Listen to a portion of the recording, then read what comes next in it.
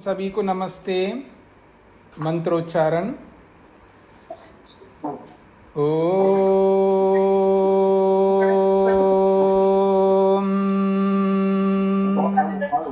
सहना भवतु सहनौ भुनक्तु सह वीर्यं करवावहै तेजस्विनावधीतमस्तु मा विद्विषावहै। ओम शांति शांति शांति।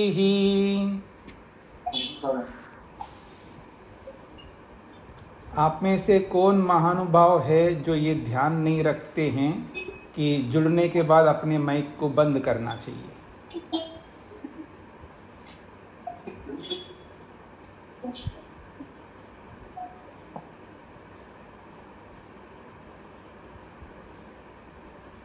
हाँ जी, अभी भी नहीं समझ में आ रहा है तो फिर मैं यही करूँगा कि आपको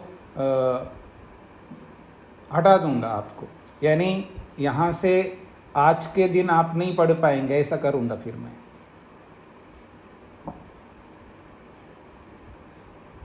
इतनी असावधानियाँ नहीं रखनी चाहिए। अगर आपको समझ में नहीं आता है तो आपको सीख लेना चाहिए, व्यवधान उत्पन्न नहीं कर सकते आप। आइएगा, योग दर्शन की 50वीं कक्षा है। समाधि पाद के हमने 18 सूत्र पूरे किए।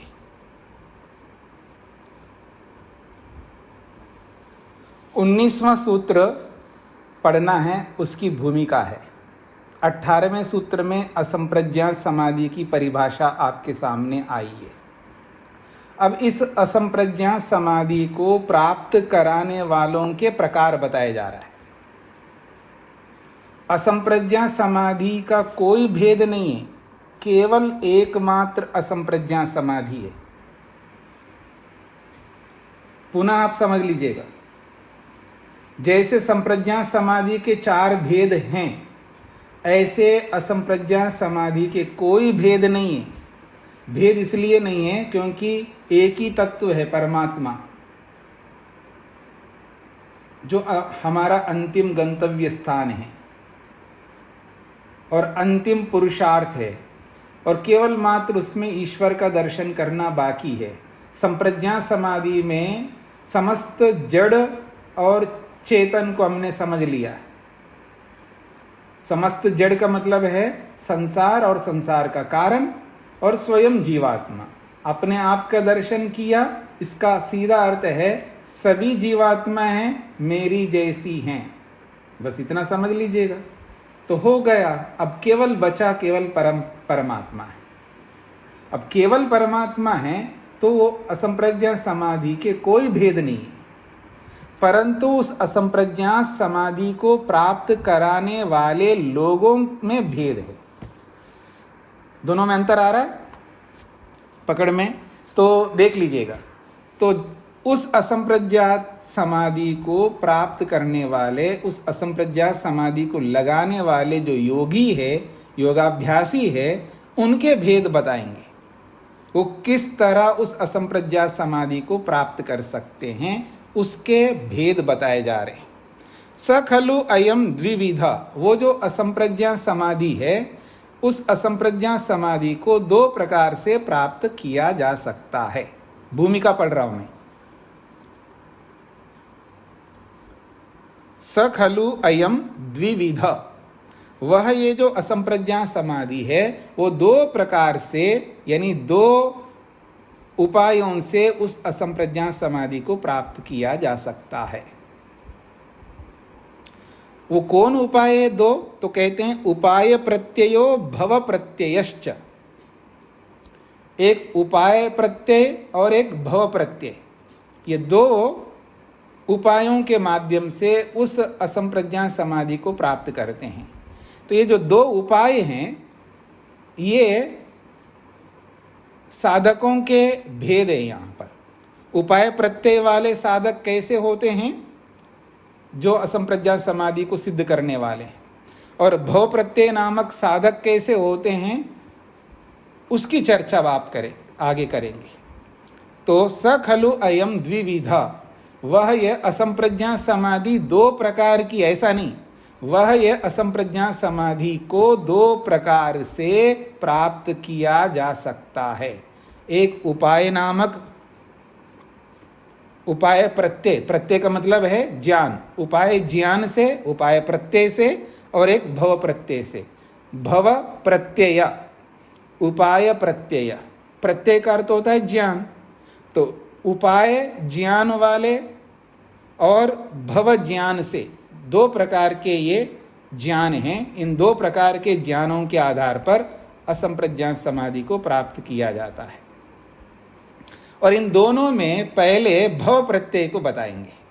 तो अगला जो वाक्य है तत्र उपाय प्रत्ययो योगिनाम भवति, ये भूमिका जो है 20वें सूत्र की भूमिका है, ये गलती से यहां पर लिखा गया है। तत्र उपाय प्रत्ययो योगिनाम भवति, ये जो भूमिका है ये 20वें सूत्र की भूमिका है। अगला जो 20वां सूत्र आ रहा है उसकी भूमिका है, उसमें जोड़ लेना है इस वचन को। तत्र उपाय प्रत्ययो योगिनाम भवति, यहां से उठा करके वहां लिख लीजिएगा 20वें सूत्र की भूमिका के रूप में।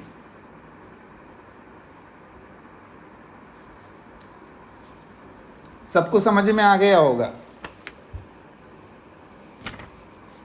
अब आइए 19वें सूत्र को बता रहे हैं। दो प्रकार के उपायों से जो असंप्रज्ञात समाधि प्राप्त होती है, उन दो प्रकार के उपायों में पहला उपाय बता रहे हैं भव प्रत्यय। तो ये भव प्रत्यय नामक उपाय है, इसका सहारा कौन योगी लेते हैं, कौन साधक लोग लेते हैं?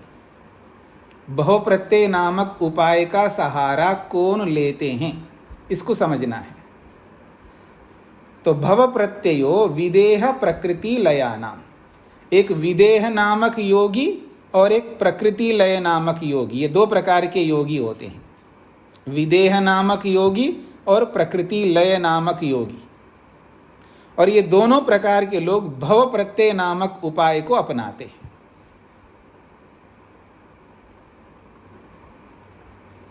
अब भव प्रत्यय क्या है इसको थोड़ा समझ लीजिएगा। प्रत्यय का अर्थ तो ज्ञान है, ये तो आपको पहले से स्पष्ट है। भव को समझ लीजिएगा। भव का अर्थ होता है होना। ये जो होता है ना दुनिया में, इस होने को देख करके व्यक्ति को विवेक होता है, वैराग्य होता है। भव का अर्थ होता है होना, और संसार में दो ही होते हैं, जन्म और मृत्यु, मुख्य रूप से। इसके अतिरिक्त तो कुछ नहीं होते, वो तो बीच का है। जन्म के साथ व्यवहार अलग होता है, मृत्यु के साथ व्यवहार अलग होता है। वो व्यवहार तो व्यवहार है, लेकिन दो ही होते हैं विशेष रूप से। भव का अर्थ है होना, और क्या होता है? होना का मतलब जो होना, जो भी होना है, जन्म होना है या मृत्यु होना है। तो जन्म को लेकर के और मृत्यु को लेकर के जो ज्ञान का प्राप्त करते हैं, जन्म को देख करके और मृत्यु को देख करके जो ज्ञान प्राप्त करते हैं, वो उन लोगों को असंप्रज्ञात समाधि लगती है। और हम लोग तो कैसे लोग है देखिएगा, रोज जन्म को देखते हैं, रोज मृत्यु को देखते हैं। हमें बिल्कुल नहीं होता है वो। ये किसको होता है, इसको थोड़ा समझने का प्रयत्न करिएगा। आप में से किसी ने प्रश्न किया था पीछे, अगर कोई संप्रज्ञात समाधि लगाता है, मतलब वहां तक पहुंच करके संप्रज्ञात समाधि लगाता है, और संप्रज्ञात समाधि के 4 विषय हैं, वितर्क, विचार, आनंद और अस्मिता। उन सब समाधियों को जिसने प्राप्त कर लिया है और किसी कारणवश आगे बढ़ नहीं पाया है, बीच में ही मृत्यु हो गई उसकी, स्पष्ट हो रहा है ना? और मृत्यु हो गई, मर गया, मरना तो है ही है, और हम सबको मरना है एक दिन। कब मरना है ये तो ना मैं कह सकता ना आप कह सकते हैं। मैं इसलिए आपके दिमाग में डाल रहा हूं, आपका संस्कार बने। आप मृत्यु से डरते रहते हैं ना, वो डर को हटाइएगा। मरना तो है आप सबको, मेरे को भी, क्या पता मैं पहले जाऊं या कोई और जाए, लेकिन मरना तो सभी को है, मृत्यु तो सभी को होगी। तो जब असंप्रज्ञा समाधि लगाने के बाद में वो आगे बढ़ नहीं पाया किसी कारण से, और मृत्यु हो गई। अब मृत्यु हो गई तो अगला जन्म होगा। अब अगला जन्म होगा तो वो क्या ABCD से पहले स्टार्ट करेगा? तो उसके अंदर वो सारे संस्कार होंगे। ये जो होना है, जो हो रहा है दुनिया में, इस होने को देख करके ही उसको विवेक हो जाता है। वो सारे संस्कार जागृत हो जाते हैं, इस होने को देख करके उसको विवेक होता है। तो जन्म होते हुए लोगों को देखता है, जो भी जन्म लेता है। आपके घर में भी होता होगा जन्म, जन्म हुआ है तो ये आया कहाँ से? ये जो जिसको जो जन्म लेकर के आए, ये आया कहाँ से? ये आखिर आत्मा है ना, ये कहीं से तो आया होगा। तो कहाँ से आया होगा बताइए? आप कहाँ से आया होगा? आप ही के घरों में से कोई ना कोई मरता ही रहता है ना। मेरे घर में, आपके घर में, सबके घर में कभी ना कभी कोई ना कोई शरीर छोड़ करके जाता है। ऐसे सभी घरों को ले लीजिएगा, दुनिया भर के घरों में कोई ना कोई तो मरता ही है ना, मतलब शरीर छोड़ करके जाता है। और फिर वो जो जन्म लेकर के आ रहा है ना, तो एक जगह से तो मृत्यु हो रही है और एक जगह जन्म हो रहा है। तो मृत्यु भी हो रही है, जन्म भी हो रहा है। तो दोनों होना है, भव है, ये दोनों भव है। मृत्यु भी हो रही है और जन्म भी हो रहा है। तो ये जो होना है, ये दोनों हो रहे हैं लगातार। तो जो जो शरीर को छोड़ के जा रहे हैं, चाहे वो मनुष्य शरीरों को ही नहीं, किसी भी योनि के शरीरों को छोड़ करके जा रहे हैं। और बाकी जो लोग हैं, पता नहीं, आप तो नहीं खाते होंगे, जो मार मार के जो खाते हैं, जिनको भी, आप भी कोई कम नहीं, मैं भी कोई कम नहीं हूं। हम भी तो मार मार के खा रहे हैं। गाजर, मूली आदि जितने भी है, इन सब में प्राणी है, आत्मा है, हम भी खा रहे हैं। और वो पशुओं को, पक्षियों को, या और उनको खाने वाले, वो भी खा रहे हैं। और अपने आप भी मरते हैं वो। और ये पेड़ पौधे आदि, ये भी अपने आप भी मरने वाले हैं, और हम भी मारते हैं उनको। हम विधान के अनुसार मारते हैं, इसलिए आप चिंता मत करिए, परेशान नहीं होना है। हम विधि के अनुसार करते हैं, ऐसा करने का विधान है। और पशुओं को मारने का कोई विधान नहीं है। वो अविधि से करते हैं, हम विधि पूर्वक करते हैं। लेकिन सब में आत्मा है, ये समझने का प्रयत्न करना। तो हमारे द्वारा देखिएगा, अनगिनत आत्माएं शरीर को छोड़ करके जा रहे हैं, पेड़ पौधा आदि के माध्यम से, वो भी जन्म लेंगे। और पशु पक्षियों में जो आत्मा है, वो भी शरीर छोड़ के जा रहे हैं, वो भी जन्म लेंगे। और मनुष्य शरीरों को छोड़ करके जा रहे हैं, वो भी जन्म लेंगे। अब अपने अपने कर्मों के अनुसार जो कोई भी कहीं से मृत्यु हो गई और फिर यहाँ हमारे यहाँ आ गया, तो अच्छा ये आया है, पहले तो नहीं था, अब आ गया। उसको देख करके मेरे को विवेक करना है, अच्छा मैं भी ऐसे ही पैदा होऊंगा कहीं, मैं भी ऐसे ही पैदा होऊंगा कहीं। अब ये मैं पैदा होना नहीं चाहता। बड़ा दुखदाई है जन्म। जन्म तो बहुत दुखकारक है। मृत्यु तो एक झटके में होता है, लेकिन जन्म तो बहुत दुखदाई है। कितना दुख होता है, जब आप पढ़ेंगे समझ में आ जाए। या तो मनुस्मृति पढ़िएगा या निरुक्त पढ़िएगा, तो आपको समझ में आएगा कि जन्म से कितना दुख होता है। तो जन्म अपने आप में दुखदाई है। पता नहीं सब कुछ छोड़ के आया ये, माता पिता, पति पत्नी, भाई भतीजे, जो भी आपके संबंध है आज वर्तमान में, सारे संबंध, उन सब कुछ छोड़ के आया है। तो सब कुछ छोड़ करके यहाँ आया है।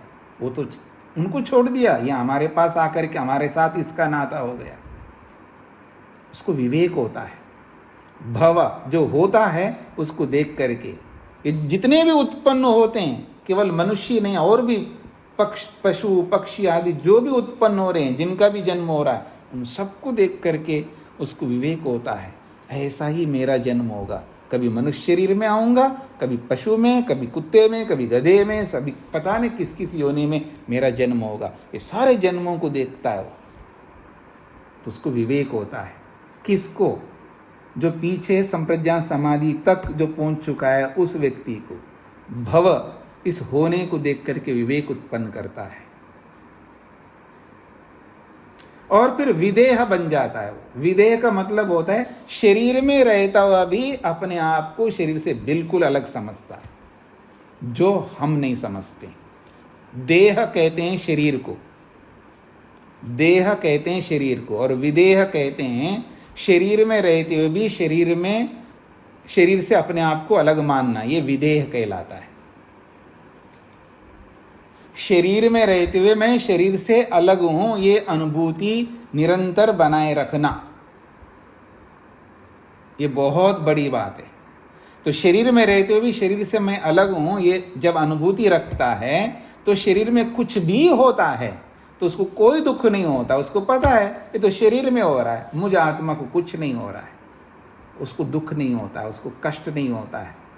मानसिक संवेदना जो दुख का है, शारीरिक कष्ट तो सभी को होंगे, लेकिन वो मानसिक जो कष्ट है, शरीर के कष्ट से ज्यादा मानसिक कष्ट ज्यादा भोगता है व्यक्ति। याद रखना आप,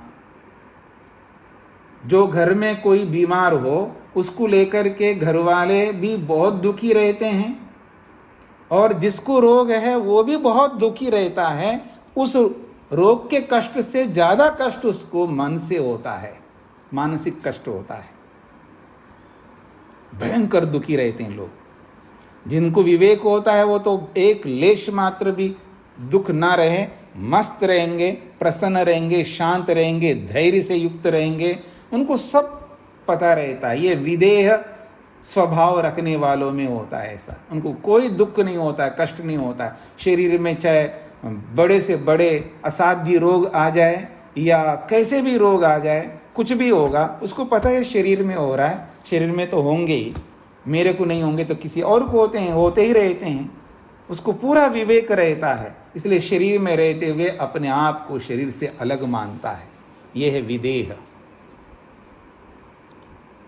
शरीर कट जाए, शरीर में कोई भी रोग आ जाए, कैंसर हो जाए अथवा डायबिटीज हो जाए अथवा अलग अलग रोग हैं, बहुत सारे ब्रेन से संबंधित रोग हैं, और आपके ये जो मेरुदंड है उससे संबंधित रोग हैं, बैकबोन से संबंधित, ऐसे अलग अलग बहुत सारे रोग हैं आज वर्तमान में, और नए नए रोग और भी आए हैं। तो कोई भी रोग आए उसको कोई भी दुख नहीं होता है, उसका सारे उपाय करेगा, औषधि आदि करेगा, सब कुछ करेगा, लेकिन उसको कष्ट नहीं होगा, क्योंकि उसको पता है मैं शरीर से अलग हूँ, मेरा कुछ नहीं होने का है, जो भी हो रहा है शरीर का हो रहा है। शरीर अगर ठीक हो सकता है करूँगा, नहीं हो सकता है तो निश्चिंत रहूँगा, भोगूंगा इसको जरूर, पर मेरे को कष्ट नहीं होगा, दुख नहीं होगा।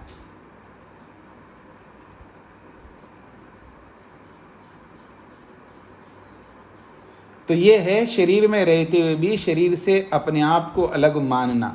ऐसे व्यक्ति को ये भव प्रत्यय वाला हो रहा है, वो जन्म को लेकर के विवेक उत्पन्न कर लेता है और फिर सीधा संप्रज्ञा समाधि लग जाती है उसको। ये उसको लगती है सीधा संप्रज्ञा समाधि, जो पिछले जन्मों में उन्होंने संप्रज्ञा समाधि तक प्राप्त करके फिर आगे नहीं बढ़ पाए, क्योंकि एक जन्म में तो मुक्ति नहीं मिल सकती, ये तो आप सबको पता है, सुना है। तो उसकी प्रक्रिया यही है, इसी तरह होगा। अगर आज इस जन्म में अचानक किसी कुछ बड़ी उपलब्धि होती है योग के क्षेत्र में, तो समझ लेना वो पिछले जन्म में उसने मेहनत किया, पुरुषार्थ किया है। कोई पिछले जन्म के पुरुषार्थ से अचानक उभर के आता है, कोई वर्तमान के पुरुषार्थ से टाइम लगता है उसको। वर्तमान में जब पुरुषार्थ करके इस स्थिति तक पहुंचने के लिए बहुत टाइम लगता है, पर वो सीधा असंप्रज्ञात समाधि में नहीं आ पाएगा। एक ही जन्म में संप्रज्ञात भी हो जाए और असंप्रज्ञात भी हो जाए, बड़ा कठिन काम होता है, इसलिए कई जन्म लगते हैं। इस बात को समझना है। और पिछले जन्म में भी संप्रज्ञा समाधि लगाया और इस जन्म में भी वो भव प्रत्यय अगर नहीं हुआ है तो वो उसका अलग उपाय बताएंगे, वो करके भी वो कर सकता है इस जन्म में। लेकिन वो बहुत बड़े पुण्यात्मा होते हैं जो पिछले जन्मों में मेहनत करके संप्रज्ञा समाधि तक पहुंच करके फिर आगे नहीं बढ़ पाए हैं। फिर उन लोगों को वर्तमान जन्म में संसार को देखने मात्र से, तो अर्थात संसार में होने वाले जन्मों को देखने मात्र से उनको विवेक हो जाता है, वैराग्य हो जाता है और समाधि लग जाती, वो भी असंप्रज्ञा समाधि। यह है भव प्रत्यय। और जब ये लगाने वाले जो योगी होते हैं वो विदेह नामक योगी होते हैं, इस भव प्रत्यय को प्राप्त करते जन्म को लेकर के। विदेह शरीर में रहते हुए ही शरीर से अपने आप को बिल्कुल अलग समझते हैं। जैसे पानी में रहते हुए भी कमल का पत्ता जो है अपने आप को अलग समझता है, ऐसा वो समझता है का मतलब है हम समझ रहे हैं उस पत्ते को, ये पानी में हो करके भी पानी से बिल्कुल अलग है, निर्लिप्त है। तो ठीक इसी प्रकार से विदेह नामक योगी, योगाभ्यासी शरीर में रहते हुए भी शरीर से बिल्कुल निर्लिप्त रहता है। शरीर में कुछ भी होता है सबका समाधान करेगा, लेकिन उसको दुख बिल्कुल नहीं होगा, क्योंकि उसको पता है शरीर में हो रहा है, मुझ आत्मा में नहीं होता, मैं अलग हूँ। ये एहसास, ये प्रत्यक्ष अनुभूति उस विदेह नामक योगी को होती है। और वही व्यक्ति इस जन्म को देख करके विवेक वैराग्य को उत्पन्न कर लेता है और उसको ये असंप्रज्ञा समाधि लगती है। तो ये है एक प्रकार के व्यक्ति जो शरीर में रहते हुए शरीर से अपने आप को अलग अनुभव करते हुए प्रत्यक्ष और बिना दुख के, बिना कष्ट के सारे व्यवहार करते हुए जन्म को देख करके संसार में होने वाले जन्म का ज्ञान करके विवेक वैराग्य को उत्पन्न करके असंप्रज्ञा समाधि तक पहुंच गए। दूसरी स्थिति, प्रश्नों को बाद में करिएगा ना, आप सुन लीजिएगा। दिमाग में प्रश्न रखोगे तो आप समझ नहीं पाएंगे। जब मैं कहूँगा अब प्रश्न करिएगा तब आप प्रश्न करिएगा, नहीं तो जो बता रहा हूँ उसमें आपकी नज़र नहीं रहेगी, दृष्टि नहीं रहेगी, आप प्रश्न को लेकर के बैठे रहेंगे और जो मैं बता रहा हूँ वो सुन नहीं पाएंगे। ये वास्तविकता है। तो इसलिए पहले सुन लीजिएगा। मेरे को भी पता है आपके मन में प्रश्न उपस्थित होंगे, लेकिन उसको दबाइए, पहले उसको नोट करते हुए अलग कर दो, उसको डिवाइड कर दो। कॉपी पेन आदि रहता ही है ना आपके पास में, तो जैसे प्रश्न आए लिख के रख दो। बाकी जो बोला जा रहा है उसमें पूरी दृष्टि लगाइए, पूरी एकाग्रता बोले जाने वाले शब्दों में लगाइएगा, सुनने में लगाइएगा। प्रश्न को साथ में लेकर के आप सुनेंगे, नहीं सुन पाएंगे पूरी तरह। मेरी बात समझ रहे हैं ना? मैं ये नहीं कहना चाहता हूं आपके प्रश्नों के उत्तर नहीं दूंगा, जरूर दूंगा, लेकिन जैसे ही प्रश्न आता है उसको नोट करके छोड़ दो, उसमें दृष्टि ना रहे, वो स्टोर हो गया आपके लिखने में। या तो बुद्धि में अपनी स्मृति में उसको लिख लो या बाहर कागज में लिख लो। विभाग बनाना होता है, एक समय एक काम करो, सुनने का ही काम करो। प्रश्न भी आपके अच्छा वो तो समझ में नहीं आया, आपका दिमाग उस प्रश्न में रहता जाएगा और जो सुनेंगे आप अधूरा सुनेंगे, पूरी तरह नहीं सुन पाएंगे। इसलिए आपको ये विभाग करना है, एक सिस्टम है पढ़ने का। तो आइए, तो भव प्रत्यय का एक अर्थ आपके सामने आया है, जन्म हो रहा है। जो भी जन्म हो रहा है, चाहे वो मनुष्य का जन्म हो, चाहे पेड़ पौधों का जन्म हो, चाहे गाजर मूली का हो, चाहे किसी का भी जन्म हो रहा हो, स्थावर के रूप में या जंगम के रूप में ये जन्म होता है दो प्रकार से, स्थावर जन्म और जंगम जन्म। स्थावर का मतलब है वृक्ष, वनस्पति, गाजर मूली, ये सब जो भी एक जगह खड़े रहते हैं उनका भी जन्म होता है, ये स्थावर योनि कहते हैं इसको। उन सब में आत्मा है। और इधर जंगम, जंगम कहते हैं उसको जो चलते फिरते हैं, एक जगह नहीं रहते हैं, हम जैसे लोग, ऐसे पशु पक्षी आदि जो भी एक जगह नहीं खड़े रह सकते, वो आना जाना सब काम करते। चलने फिरने वाले जो प्राणी हैं उनको जंगम कहते हैं, और एक ही जगह खड़े रहने वाले को स्थावर कहते हैं। तो जो स्थावर योनि में जन्म हो रहा हो, ये जंगम योनि में जन्म हो रहा हो, इन सब जन्मों को वो देखता है और विवेक उत्पन्न करता है कि मैं ऐसे जन्म नहीं लेना चाहता। क्योंकि इन सब में जन्म होने का अर्थ समझते हैं आप? इन सब में जन्म होने का अर्थ समझते हैं?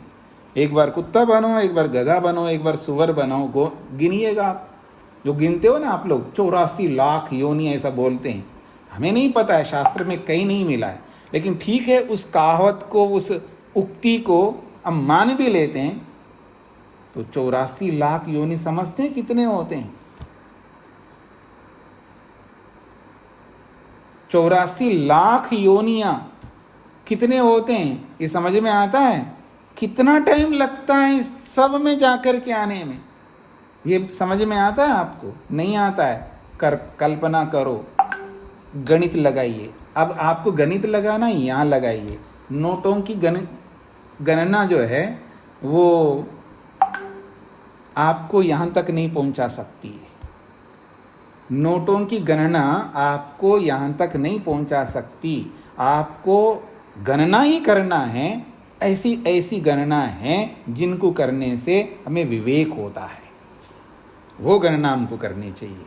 गणना करना भी हमें आना चाहिए, काउंट करना भी आना चाहिए। एक विद्या है, गणितीय विद्या है।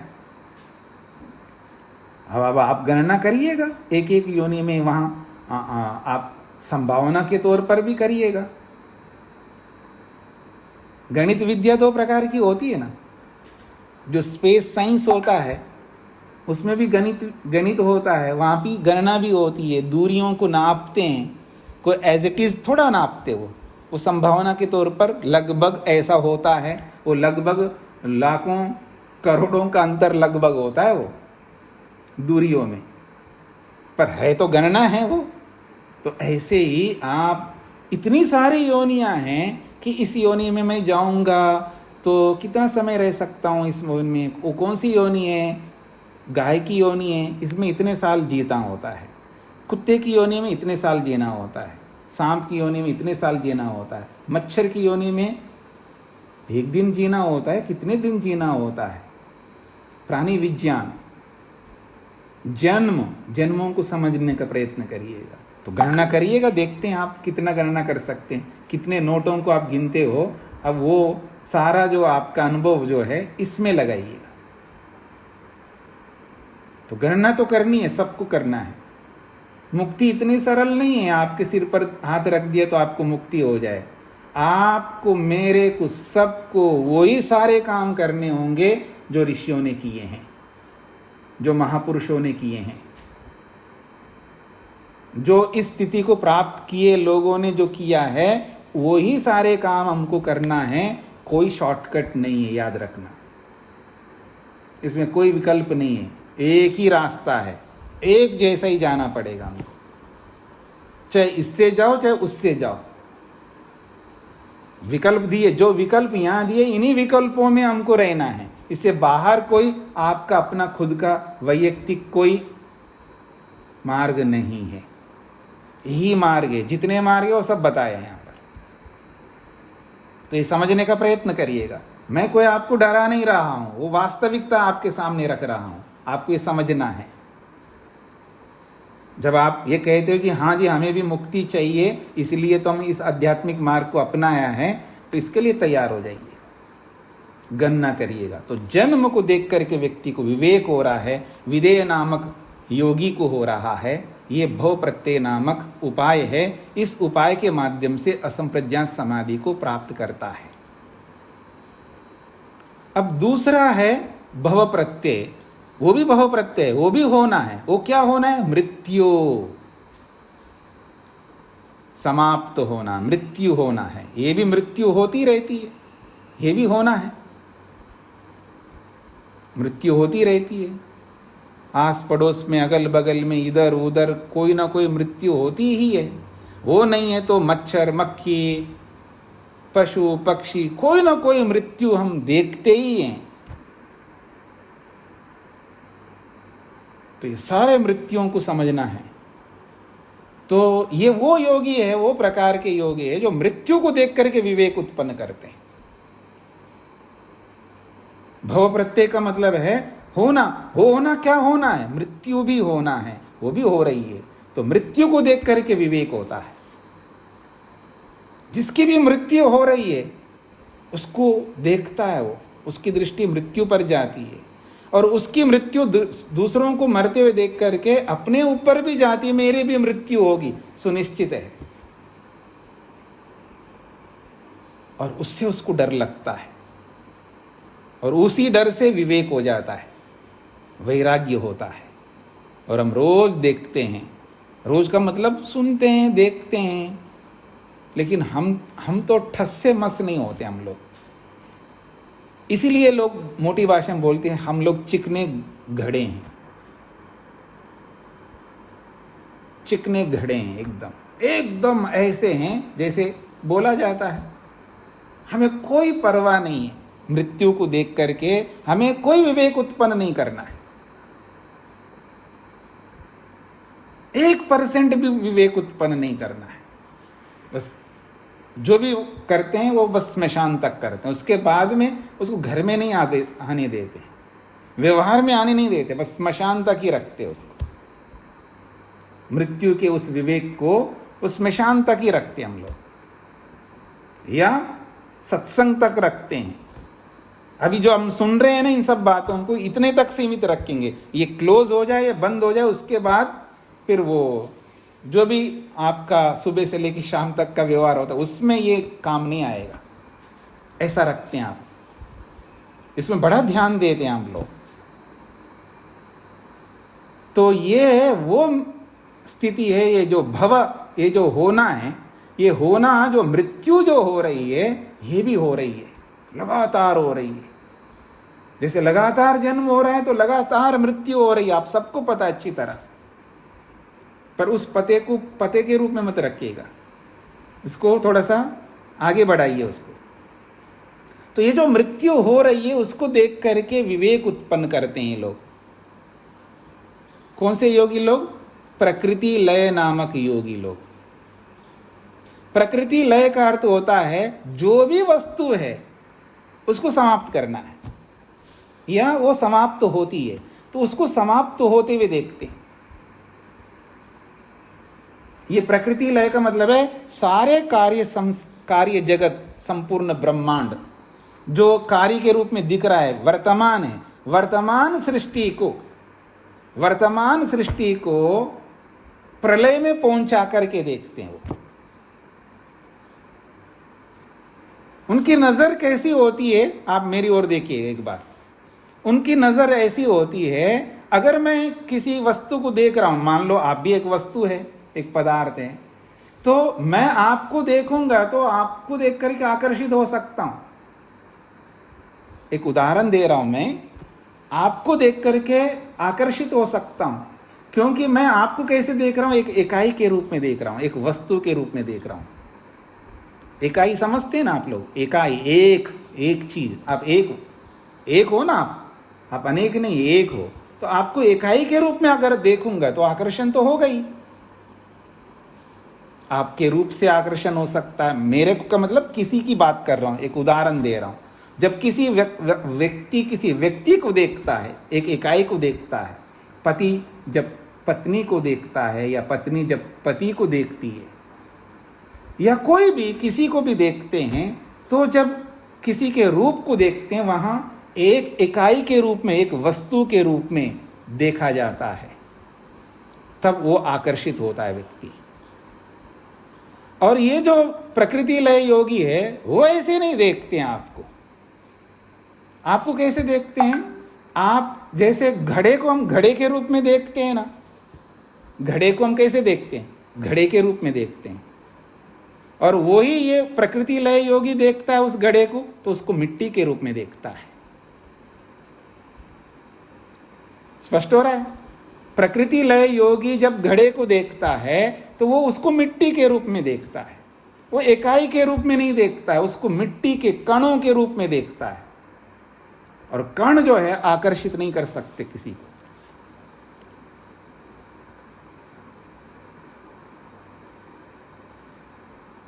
हाँ जी, रसगुल्ला होता है ना, रसगुल्ला, बर्फी या जो भी मिठाई जो बिल्कुल बढ़िया एकदम जैसे मिठाई की दुकान में आप देखते हैं, मान लीजिए आपके सामने रसगुल्ला आ गया, अगर आप रसगुल्ले के शौकीन हैं तो रसगुल्ला एक बढ़िया, रसगुल्ले अलग अलग साइज के होते हैं, अच्छा बड़ा साइज आपके सामने रख दिया रसगुल्ला, तो आप खाएंगे उसको। कोई रसगुल्ला खाएगा, कोई समोसा खाएगा, कोई क्या बोलते हैं आप, गोलगप्पा जो भी बोलते हैं आप, वो जो भी एक चीज रख दें, एक चीज, कोई भी एक चीज जिसमें आपकी रुचि है, वो इकाई के रूप में आपके सामने पेश किया जाए, और उसी रसगुल्ले को ऐसा कर दिया फिर रख दें आपके सामने, तो आप खाएंगे। पहले एक देखो कितना बढ़िया है आपके सामने आ रहा है, और बच्चा आया उसको यूं कर दिया और गिर गया नीचे, अथवा उसका पांव आ गया उसके ऊपर, उसके टुकड़े टुकड़े हो गए रसगुल्ले के। पांव से करे या हाथों से करे, फिर आपको उस रसगुल्ले में आकर्षण रहेगा। समझ रहे मेरी बात को? इकाई में आकर्षण हो रहा है और अवयवों में विकर्षण हो रहा है, आकर्षण नहीं होगा। आप किसी भी वस्तु को देखिएगा, किसी भी वस्तु, मैं प्रकृति लय को समझा रहा हूं, समझने का प्रयत्न करना। किसी भी वस्तु को देखिएगा, आप पति को देखो, उसको एक इकाई के रूप में देखो तो आकर्षण हो जाएगा, अब उसको टुकड़े के रूप में देखो, पति को, मतलब एक है ना, उसको 4 5 10 टुकड़े करके देखो बोध मन से, वैसे टुकड़े मत कर देने का। हाँ हाँ, वैसे टुकड़े करे तो आप हिंसक बन जाएंगे। बुद्धि में उस पति को टुकड़ों में देखो, मतलब इकाई के रूप में ना देख के उसके 4 5 टुकड़े के रूप में देखो। पति को, पत्नी को देखना है तो पत्नी को वो देखिए, हम कौन बात कर रहे हैं जी? मुक्ति चाहने वाले लोगों की बात हो रही है, ये सामान्य लोगों के सामने बात नहीं हो रही है। हाँ, याद रखना, मैं क्या बोल रहा हूँ ऐसा थोड़ा बोलना चाहिए, क्या बोल रहे हैं बाबा जी, अगर ऐसा आपके मन में आता है तो फिर आप इसके योग्य नहीं हैं, आप आउट हो जाइएगा। अब इसको समझने का प्रयत्न करिएगा, ये उन लोगों के लिए केवल बात हो रही है जो मुक्ति चाहते हैं, मोक्ष चाहते हैं। अगर आपको ये नहीं सुनना है तो ये नहीं पढ़ना है, फिर मैं दूसरा उपदेश दूंगा आपको, ठीक है ना? तो इसलिए इस बात को समझने का प्रयत्न करिएगा कि जब आप पति को देखेंगे, आप पूछते हो ना जी कुछ उपाय बताइएगा ना, कैसे विवेक हो जाए। अब देखो, मैं उपाय तो बता रहा हूं आप लोगों को, आप समझ रहे हैं मेरी बात को? आप लोग बीच बीच में कुछ बोलते हैं जी, आगे की बात पूछते हैं आप, जो पढ़ रहे होते हैं उसकी ना पूछ के आगे की पूछते हो ना जी, आपने बताया तो, लेकिन इसके उपाय क्या है जी, ये समाधि पाने के लिए बोलते हो ना आप लोग, पीछे पूछ चुके हैं आप लोग, आपने पूछा है पीछे, अब उपाय बता रहा हूं मैं आपको, यही उपाय होते हैं समाधि को प्राप्त करने के लिए, तो वही तो बता रहा हूं मैं, गलत बिल्कुल नहीं बता रहा हूं मैं, ये नहीं बता रहा हूं मैं आपको, ये हंस करके बता इसलिए रहा हूं ताकि थोड़ा सा आप हंसी हंसी में समझ ले अच्छी तरह, और गंभीर होकर के बताऊंगा तो आप शायद पता नहीं क्या हो गया ऐसा समझेंगे आप। तो इसलिए मैं ये कहना चाह रहा हूं कि आप ही पूछते हैं कि आपने समाधि की चर्चा तो कर दिया जी, लेकिन इस समाधि को प्राप्त करें कैसे, तो कैसे प्राप्त करें यही तो बता रहा हूं मैं अपनी ओर से कुछ नहीं बता रहा हूं, जो यहाँ लिखा है उसके बारे में बता रहा हूं,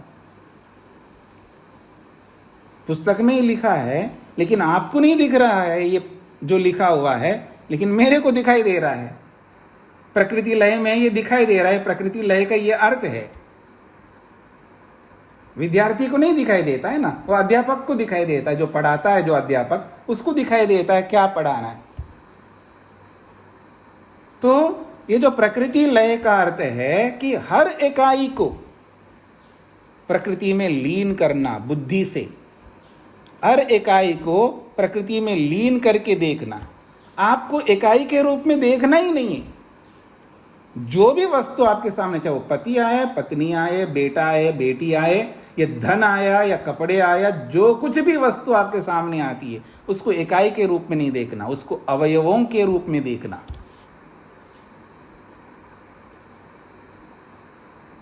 यही प्रलय है, क्योंकि कार्य वस्तु अपने प्रकृति में विलीन होता है, अपने कारण में मिल जाता है तो कारण बन जाता है, वो कार्य नहीं रहता है। कार्य में आकर्षण है, कारण में कोई आकर्षण नहीं होता है। तो यदि हमें इस समाधि को प्राप्त करना है अथवा हमें योग में आगे गति प्राप्त करना है, ये समाधि जब लगेगी, ये समाधि नहीं भी लगे लेकिन हमें अभ्यास करना है, तो ऐसा अभ्यास करना है कि आप किसी भी वस्तु को इकाई के रूप में देखोगे तो आकर्षण हुए बिना आप नहीं रुक सकते अपने आप को, और वही आकर्षण हमें यहां तक पहुंचने नहीं दे रहा है। हाँ, ये कैसे मोह छूटेगा जी? आप में से पूछते रहते हैं ना, कई माताएं पूछती रहती थी ये मोह कैसे छूटेगा। अब मोह छोड़ने का ही उपाय बताया जा रहा है। मोह छोड़ना बहुत आसान है। हाँ, जिसमें भी मोह है उसको टुकड़ों में देखो, अवयवों के रूप में देखो, फिर देखना आपको मोह होता है नहीं होता है। उसको टुकड़े टुकड़े कर देना मन से, हाँ बाहर से नहीं, मन से, मन में उसको टुकड़े टुकड़े करके देखना। जिस किसी को भी आप कर सकते हैं, ये सब शास्त्र का विधान है। ऐसा करना पाप बिल्कुल नहीं है, ये भी याद रखना। कभी किसी का मन ऐसा थोड़ा करना चाहिए तो बहुत गलत बात हो रही है कि अपने ही पति को मैं टुकड़े करके देखूं, देखना होगा जी। और ये भी याद रखना है, जो सबसे निकट का है, सबसे निकट का है, उसको सबसे पहले प्रलय में पहुंचाना होता है। जिससे सबसे ज्यादा आपको राग है, मोह है, उसी को सबसे पहले आपको प्रलय कर दो, उसको बौद्धिक स्तर पर। तब जाकर के ये मोह छूटता है, तब जाकर के ये राग छूटता है, तब जाकर के द्वेष भी छूटता है। राग, द्वेष और मोह ये तीनों तभी छूटेंगे जब हम उनको अब किसी से आपको बड़ा दुश्मनी है जी, ये सांस ने जो है मेरे को नाक में दम कर रखा है, अब मैं इसके साथ बिल्कुल नहीं रह सकती, मैं दूर ही रहूंगी, सांस के साथ तो मेरा नहीं बन सकता, नहीं बन सकती है। वो अलग हो गए, आप दूर हो गए, फिर भी वो आपके साथ रहेगा। अलग कहाँ है? एक ही घर में, कोई पीछे कोई आगे है, मान लो एक कोई नीचे फ्लोर में, कोई ऊपर फ्लोर में है। सांस है तो ऊपर ना रख के आपने मान लो नीचे रख दिया, आप ऊपर चले गए, फिर भी तो आखिर सांस है, द्वेष तो रहता है। अब उस द्वेष को मिटाना है तो क्या करो? उसको अवयव बना दो, उसको प्रलय में पहुंचाओ बौद्धिक स्तर पर। और सांस भी बहू को ऐसे पहुंचा दे बौद्धिक स्तर पर प्रलय में, तो कोई द्वेष नहीं होगा। द्वेष होता है इकाई में, अवयव में कोई द्वेष नहीं होता है।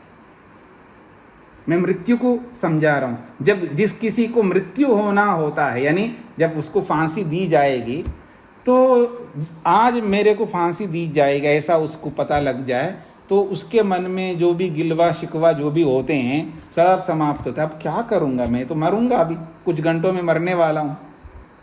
उसका जो मन है बिल्कुल एकदम साफ हो जाता है।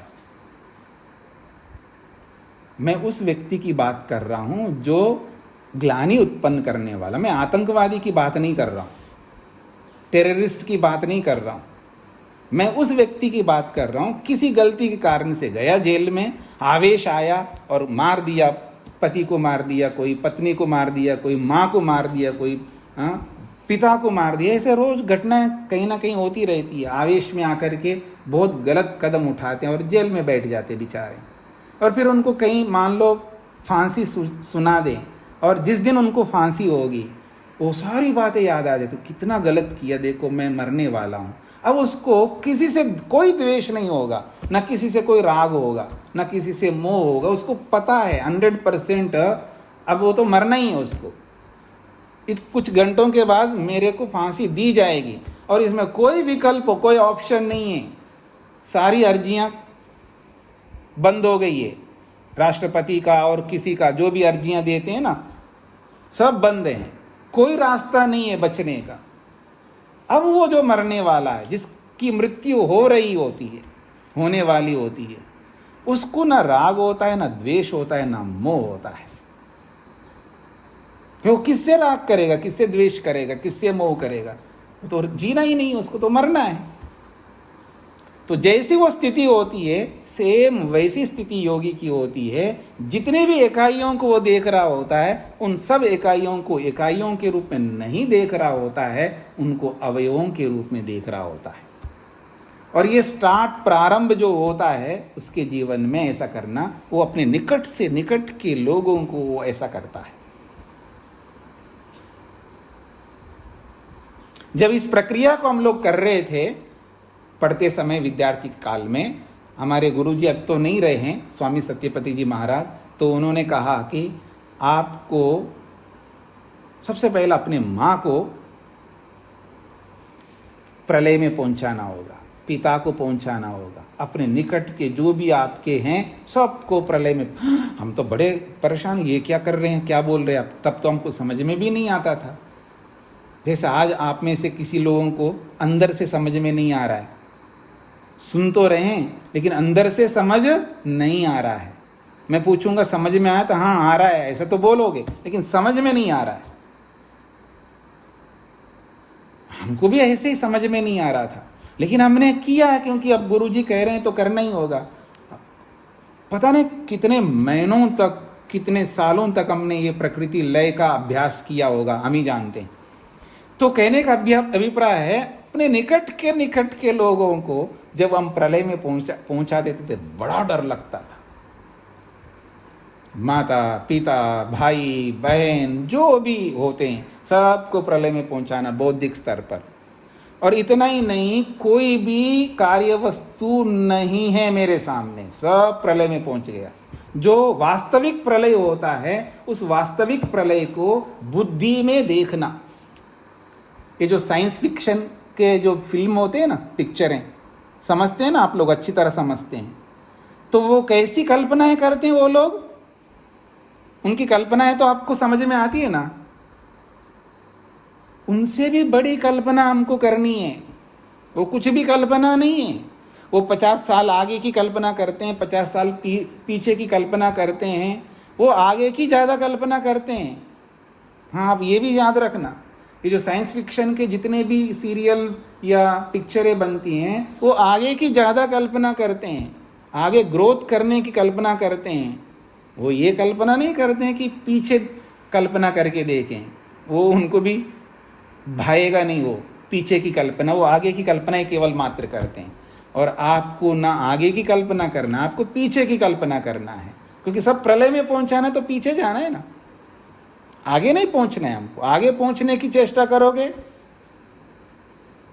तो फिर समाधि नहीं लग सकती। इसको तो प्रलय की ओर ले जाना है, पीछे की ओर ले जाना है, तो पीछे की कल्पना करिएगा। 4 अरब 32 करोड़ के बाद में जब प्रलय होता है, वो कैसे होता है, आगे का अगर कल्पना करना है तो आगे जाकर के, अभी तो हमको 2000 करोड़ भी नहीं पूरे हुए हैं, सृष्टि को बन करके 2000 करोड़ पूरे नहीं हुए, अभी भी 2000 करोड़ बाकी बचा है। अगर आगे की कल्पना करना है तो 2000 करोड़ वर्ष के बाद में जब प्रलय आने लगता है या प्रलय होने लगेगा, उस प्रलय को आज ही कल्पना करो। इस तरह हमको कल्पना करना है मन में, और कल्पना करके सबको प्रलय में पहुंचाना है। एक भी कार्य वस्तु नहीं रहे, केवल आत्मा से कल्पना करनी है, क्योंकि मन को भी प्रलय करना है हमको। सबसे पहले अपने निकटस्थों को करना है, तो सबसे पहले अपने शरीर को प्रलय में पहुंचाना है बौद्धिक स्तर पर। अपने शरीर को प्रलय में पहुंचाना है बौद्धिक स्तर पर।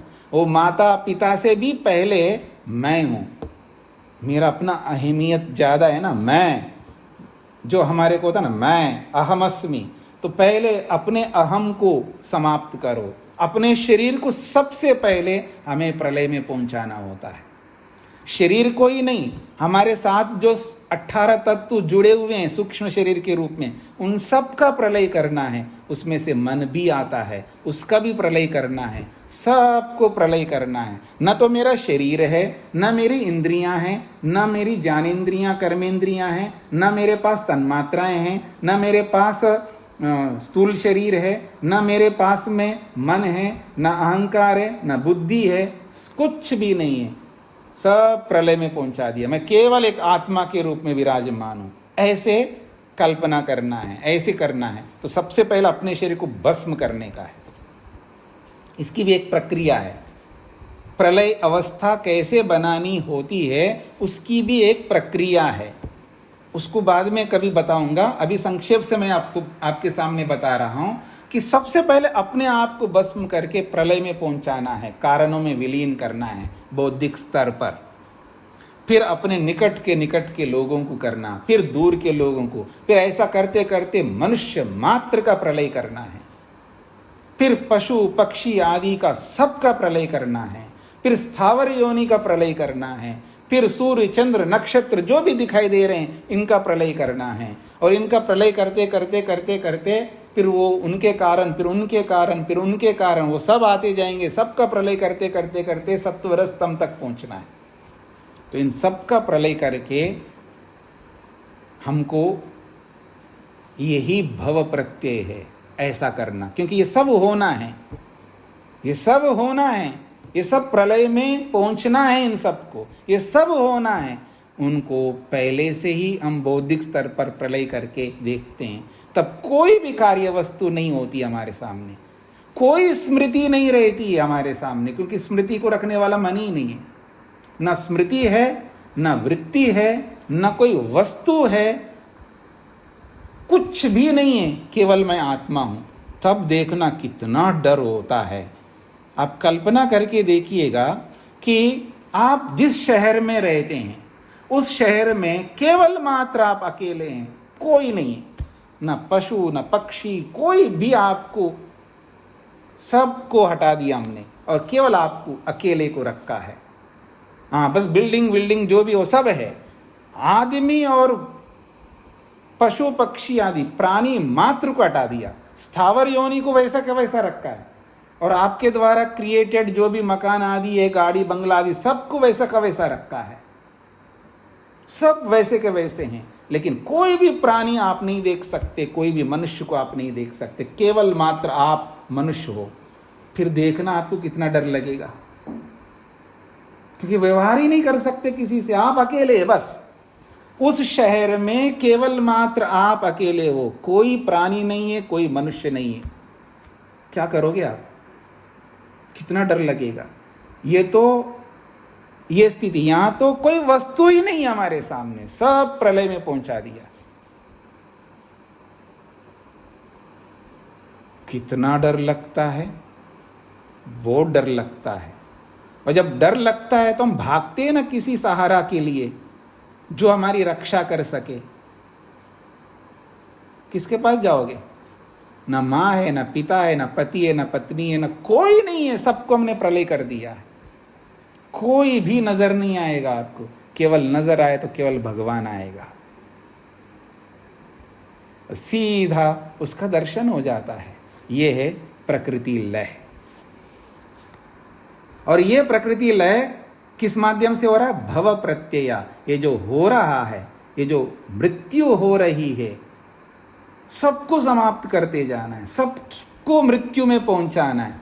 पहले अपने आप को मृत्यु में पहुंचाना है, फिर सबकी मृत्यु करके, सबको भस्म करके, सबको अवयव में पहुंचा देना। और वो सारे अवयव विजिबल नहीं, अनविजिबल हो जाते हैं। जब मूल कारण में सब चला गया तो कुछ भी नहीं दिखता है, बस केवल अवकाश, स्पेस, बाकी कोई वस्तु आपको दिख ही नहीं सकते। विजिबिलिटी समाप्त। आत्मा के सामने कोई भी चीज नहीं है, न रंग, न रूप, न रस, कुछ भी नहीं है, सब समाप्त। केवल आत्म तत्व हूं मैं, केवल एक आत्म तत्व हूं, उसके अतिरिक्त और कुछ नहीं।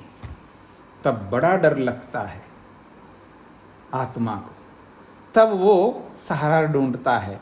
अब सहारा देने के लिए कोई नहीं है, ईश्वर के अतिरिक्त, और सीधा ईश्वर में आत्मा स्थित हो जाती है।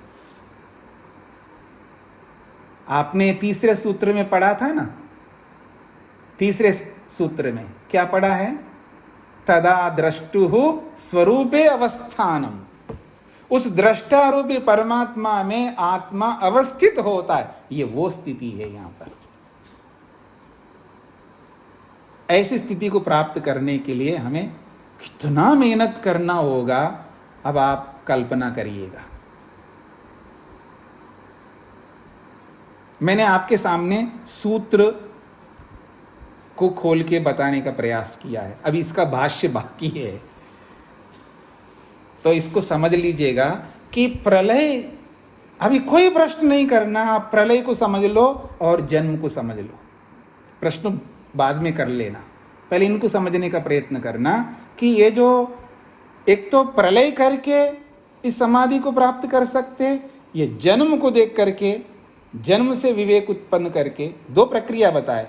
एक विधेय नामक योगियों की प्रक्रिया है जो जन्म मात्र को देख करके विवेक वैराग्य को प्राप्त करके समाधि प्राप्त करते हैं, और एक प्रकृति लय नामक योगी है जो सबको मृत्यु में पहुंचा करके, सबकी मृत्यु करके, सबको कारणों में विलीन करके, प्रलय करके, सबको स्वयं के साथ में फिर इस समाधि तक पहुंचते हैं। ये प्रकृति लय नामक योगी है।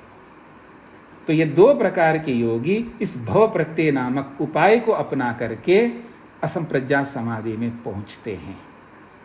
और ये वो लोग होते हैं जिन्होंने पिछले जन्मों में सारा मेहनत पुरुषार्थ करके उस स्टेज तक पहुंचे हैं जिसको संप्रज्ञात समाधि कहते हैं। ऐसे ही लोगों को ये समाधि लगती है। आप और मैं कितना ही मेहनत करेंगे तो ये समाधि ऐसे नहीं लगेगी। इसके लिए हमें बहुत कुछ करना बाकी है। जिसको भी ये समाधि लगती है उसने पीछे पुरुषार्थ किया है, वर्तमान में वो ऐसी स्थिति में आया है। तो जो भी आज अचानक बढ़ जाता है, तो वो जो अचानक बढ़ता है तो उसके पीछे के कर्म हैं। देखिए, अंबानी तो एक ही बना है, टाटा बिरला आदि जो भी वो जितने भी वो ही है। हम सब नहीं बन सकते हैं। बन सकते नहीं का मतलब ये नहीं कि ऐसे यूं नहीं बन सकते हैं। उसके लिए आपको मेहनत करना होगा, जन्म जन्मांतर लगेंगे। इसलिए तो आप पैसे के पीछे लगते हैं। इस जन्म में जितना पैसा प्राप्त करते हैं, फिर अगला जन्म होगा, फिर वहां भी पैसे प्राप्त करो। पता नहीं कब आपका नंबर आएगा। समझ रहे मेरी बातों को? इतना आसान नहीं है कि हर कोई व्यक्ति ऐसे थोड़ा बन सकता है। वो जन्म जन्मांतरों का पुरुषार्थ है, वर्तमान का भी और पिछले जन्मों का भी। कोई भी योग्यता हो, विशिष्ट योग्यता हो, उस विशिष्ट योग्यता को प्राप्त करता है जो भी, या उन विशिष्ट योग्यताओं को जिन्होंने प्राप्त किया है, चाहे वो कोई भी हो, तो उनका वर्तमान का पुरुषार्थ, पिछले जन्मों का पुरुषार्थ, दोनों मिलकर के ही यहाँ तक वो पहुँचे हैं। और हमें भी पहुँचना है तो हमें भी वैसा ही करना होगा। ऐसा कोई चूमंतर नहीं है कि यूं कोई ऐसा कर दे तो आप वो बन जाएंगे। इतना आसान नहीं है। इस बात को आप सबको समझना है, और समझ करके और धैर्य से, बिना परेशानी के समझ करके इसको अपने जीवन के साथ जोड़ना है। मैं आपके सामने कोई आपको दुखी करने के लिए या आपको परेशान करने के लिए या आपको मैं ऐसे ही बातें बोल रहा हूँ कि ना नो मन तेल होगा ना राधा नाचेगी, हाँ, ये सब ऐसी बातें हैं, ऐसा सोच करके इसको हल्के में मत लीजिएगा। हाँ, कई बार होता है ना, मान लीजिए आपसे कहा जी आप ये काम करो, तो वो ऐसा काम बता दो जो कभी कर ही नहीं सकता है। तो मैं वो बात नहीं बता रहा हूँ कि ऐसा काम बता रहा हूँ ये कभी हो नहीं सकता, ये वाली बात नहीं, ये सब हो सकने वाली बातें हैं। यहाँ पर ये ऋषियों की बातें अपने आप नहीं होंगे, ये सब मेहनत पुरुषार्थ हमको करना है। और जिसने भी प्राप्त किया है इन जन्म को देखने से जिसको वैराग्य हो गया, समाधि लगा, तो उनको ऐसी नहीं लगा, उसने बहुत मेहनत करके आया इस जन्म में, तब जाकर के उसको हो रहा है। तो हमें भी करना है, तो हम आज जितना मेहनत कर सकते हैं उतना मेहनत करेंगे, मरेंगे फिर जन्म लेंगे, फिर यही करेंगे, फिर जन्म लेंगे, फिर यही करेंगे, फिर मरेंगे, फिर जन्म लेंगे, फिर यही करेंगे। ऐसा करते करते करते हमारे को एक दिन यही स्थिति मिलेगी। ऐसा सकारात्मकता को आप साथ में लेकर के चलिएगा। तो आपका समय हो गया, इसको यहीं पर विराम देते हैं, आगे इसको और समझेंगे। ओम शांति शांति शांति।